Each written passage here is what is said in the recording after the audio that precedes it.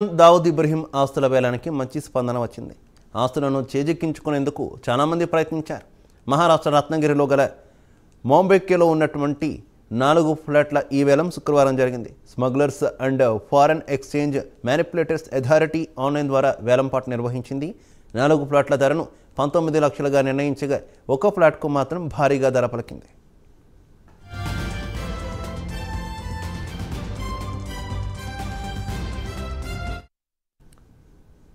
ఒక plot reserve ధర 15,400 ఉండగా దానికోసం చాలామంది పోటీ పడ్డారు. చివరకు 2 కోట్ల రూపాయలకు ఒకరు పాడి దక్కించుకున్నారు.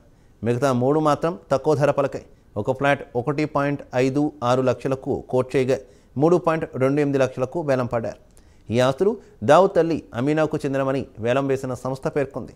స్మగ్లింగ్ నార్కోటిక్ డ్రగ్స్ యాక్ట్ ఆధారంగా దావుద్ ఇబ్రహీం అతని కుటుంబ సభ్యుల ఆస్తుల వేలం వేశామని తెలిపింది. ఇప్పుడే కాదు, 2020, 2017లో కూడా దావుద్ ఆస్తుల వేలం ప్రక్రియ కొనసాగిందని వేలం వేసిన సంస్థ వెల్లడించింది.